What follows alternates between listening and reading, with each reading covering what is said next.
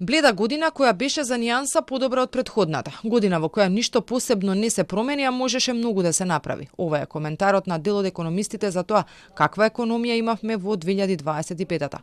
Аналитичарот Јовановиќ забележува дека подобрување има, но само на хартија, а суштински ништо не се менува. И понатаму сме неразвиени, со плати кои одвај ги покриваат потребите.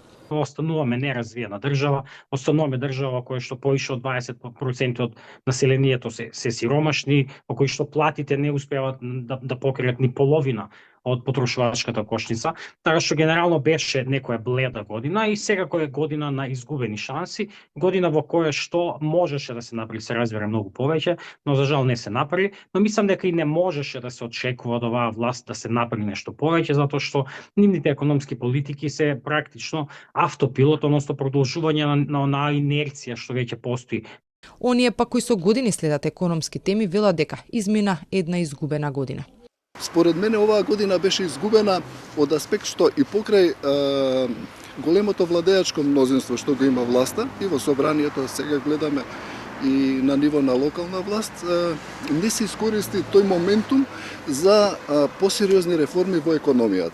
Не гледам системски закони кои што ќе дадат резултати на полето пред се на сузбивање на сивата економија, владење на правото во државата, кој што многумина истопанственици го посочуваат како еден од главните фактори за подобар економски амбиент и поголем економски развој. Но според премиерот Мицкоски, економијата почнала да се стабилизира. Во првиот квартал на 2025 година реалниот раст на бруто домашниот производ, откако избрана оваа влада, трет квартал поред е 3 или повеќе проценти. Со тоа практично врз основа на досега објавените параметри кои што ги објавил Евростат, македонската економија е рангирана на 4-то место, веднаш позади Ирска, Данска и Полска.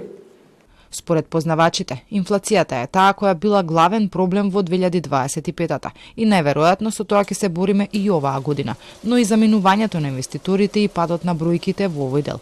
За подобра економија Јовановиќ смета дека е потребен нов модел за развој и дека без тоа и оваа година ќе биде слична, без сериозни придвижувања.